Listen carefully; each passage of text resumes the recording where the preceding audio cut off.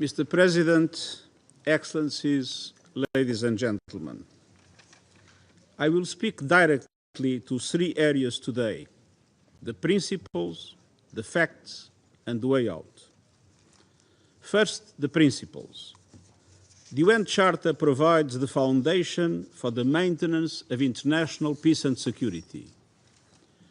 Article 2 of the Charter clearly states, all members shall refrain in their international relations from the threat or use of force against the territorial integrity or political independence of any state.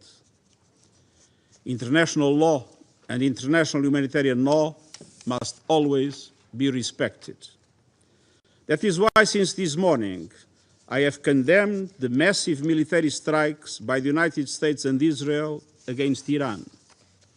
And I also condemned the subsequent attacks by Iran, violating the sovereignty and territorial integrity of Bahrain, Iraq, Jordan, Kuwait, Qatar, Saudi Arabia, and the United Arab Emirates. We are witnessing a grave threat to international peace and security.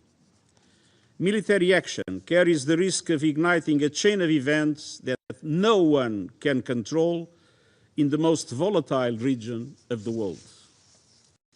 Let me be clear, there is no viable alternative to the peaceful settlement of international disputes.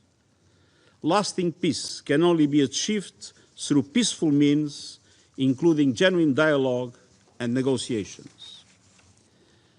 Mr. President, second, the facts. The situation on the ground is very fluid. There are many unconfirmed reports. Here is what we know. About 20 cities across Iran, including Tehran, Isfahan, Qom, Shahryar, and Tabriz, have reportedly been attacked. In Tehran, large explosions were reported in the district that includes the presidential palace and the compound of the Supreme Leader. Several high-ranking officials have reportedly been killed, including, according to Israeli sources, Iran's Supreme Leader Ali Khamenei, that I'm not in a position to confirm. Iran's airspace has been closed and the country is under a near-total internet blackout. The attacks have reportedly caused significant civilian casualties. According to Iranian media, an airstrike killed at least 85 people and injured many more at a girls' school in Minab, or Mogan province, and the school in Tehran was also reportedly hit, causing 2 deaths. Mr. President, military action is expanding rapidly across the region, creating an increasingly volatile and unpredictable situation and heightening the risk of miscalculation. According to Israeli sources, 89 people have been injured in Iran's subsequent strikes on Israel, and there were also impacts in the occupied West Bank. Iran has announced that in reaction to US and Israeli airstrikes, it targeted US military assets in the region. These strikes have reportedly hit civilian areas and infrastructure in the countries that I have already mentioned.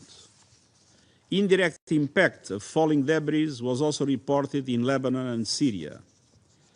Most Gulf states successfully intercepted the Iranian strikes.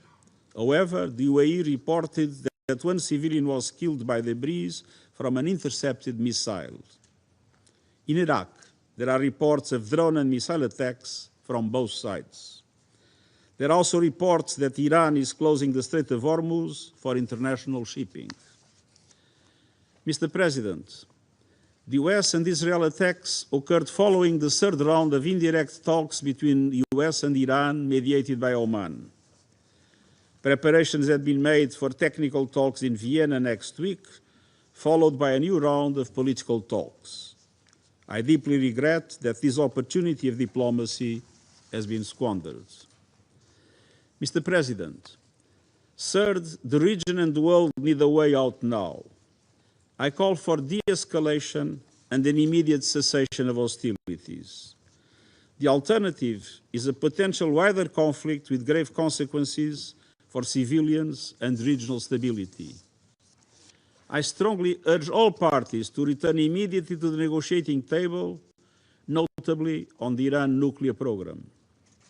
I note that the US President has reportedly talked with leaders of Saudi Arabia, Qatar, and the United Arab Emirates.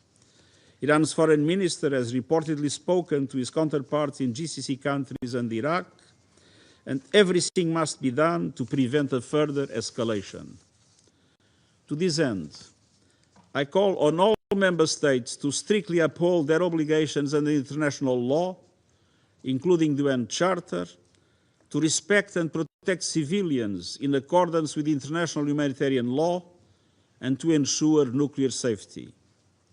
Let us act responsibly and together to pull the region and our world back from the brink.